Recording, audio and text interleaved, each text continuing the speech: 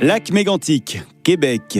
Il est 1h16 du matin et nous sommes le 6 juillet 2013 quand une boule de feu gigantesque traverse le ciel. Un train fou vient de dérailler en plein centre-ville et en quelques secondes, une petite ville tranquille vient de se transformer en véritable enfer. La Fabrique Audio présente La Petite Histoire. www.lafabriqueaudio.com. Salut tout le monde et bienvenue dans ce nouvel épisode de La Petite Histoire. Je suis Florent Mounier et je vais vous narrer cette histoire qui a été écrite et mixée par Sébastien Girard. Avant de commencer, n'oubliez pas de nous rejoindre sur Patreon pour soutenir notre podcast.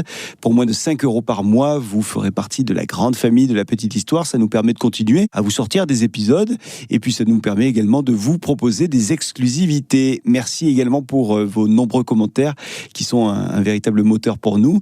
Et aujourd'hui, on remercie particulièrement Pierre-Antoine Blanchard qui nous a écrit sur Spotify. Il nous dit « Ça serait génial que vous racontiez l'histoire de la tragédie de Lac Mégantic. Ça s'est déroulé à peine 40 minutes de chez moi. » Merci Pierre-Antoine pour ce message et merci également à toute la communauté québécoise qui est de plus en plus présente et active sur nos réseaux sociaux, Instagram, Facebook, Spotify et j'en passe.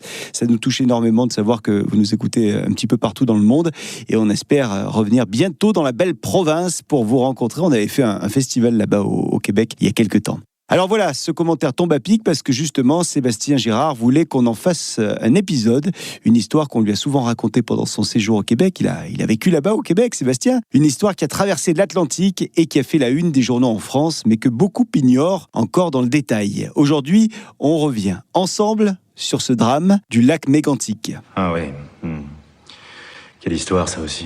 Voici un train. Ce train est énorme. Il possède 5 locomotives. 78 wagons. Son chargement, du pétrole brut, qui est en provenance du Dakota du Nord, à destination d'une raffinerie à Saint-Jean, au Nouveau-Brunswick.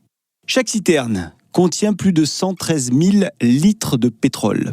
Et ces wagons, des modèles DOT 111, sont déjà connus, depuis des années d'ailleurs, pour être incapables de résister à un choc. Une bombe roulante en somme. Oui. Mais cette bombe roulante, elle a continué à rouler pendant des années et des années. Cette fois-ci donc, le convoi traverse les États-Unis, puis le Canada, Windsor, Burlington, Toronto, un arrêt à Montréal.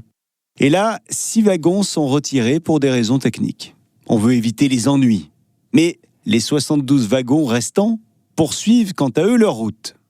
Le train passe ensuite sur une voie secondaire. Cette voie est gérée par une petite compagnie privée. Il s'agit de la Montreal Main and Atlantic Railway, la MMEA, une compagnie déjà critiquée pour sa culture de sécurité, disons, minimaliste.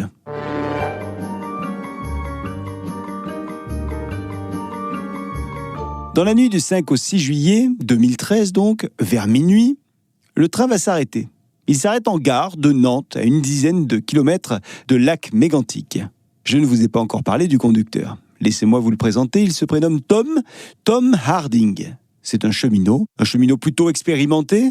Et donc ce soir-là, il décide d'arrêter son train. Il actionne les freins et il quitte la locomotive. Son quart est terminé et la relève viendra plus tard. Mais Tom laisse une locomotive en marche, comme le veut la procédure de la compagnie. Avant de partir, il confie à son chauffeur de taxi son inquiétude.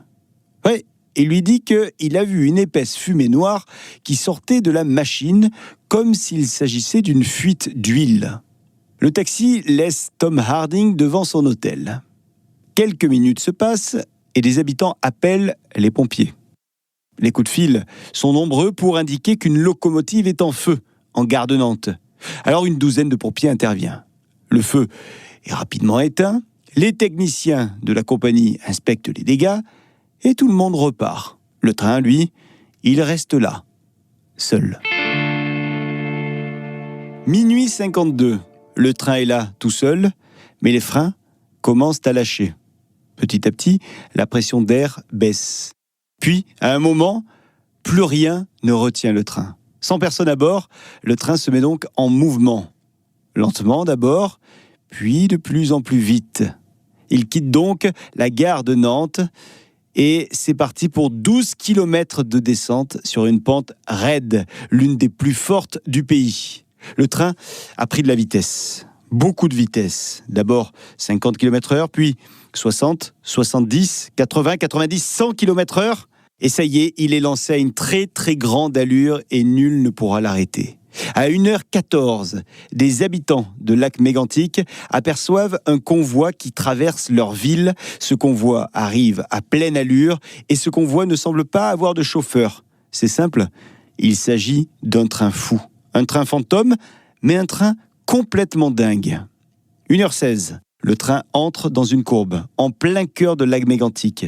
Il roule à plus de 100 km/h, impossible de tenir la voie, et là, le déraillement est instantané. L'explosion apocalyptique. Une boule de feu s'élève dans la nuit. Le souffle détruit les bâtiments qui sont autour. Des flammes jaillissent désormais de partout. On croit à un bombardement. Les pompiers arrivent vite et en nombre. Mais que faire face à un tel brasier ? L'eau s'évapore avant même de toucher le feu. Plus de 150 pompiers sont mobilisés, rejoints par des équipes spécialisées. Il faudra au final 40 heures pour éteindre cet énorme incendie qui se balade dans toutes les rues de Lac-Mégantic. À 2h21, un satellite passe au-dessus du Québec et photographie ce brasier. Le feu est visible depuis l'espace. Alors, une fois le feu éteint, le bilan est terrible. Au total, 47 morts, des dizaines de bâtiments détruits, plus de 5 millions de litres de pétrole brûlés, des millions de litres de brut déversés dans le lac Mégantic et la rivière Chaudière, contaminant l'eau sur plus de 100 km. C'est simple, le centre-ville est quasiment rasé. La bibliothèque, les archives, les commerces, tout ça est effacé en à peine une nuit. Pour des familles entières, c'est terrible parce qu'il ne va rien rester. Le traumatisme pour toute la ville est immense. Alors rapidement, plusieurs enquêtes sont ouvertes. Le Bureau de la sécurité des transports du Canada pointe une série de négligences.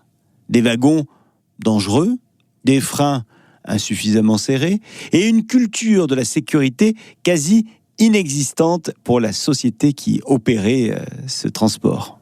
3 employés, dont Tom Harding dont je vous ai parlé, vont être accusés de négligence criminelle.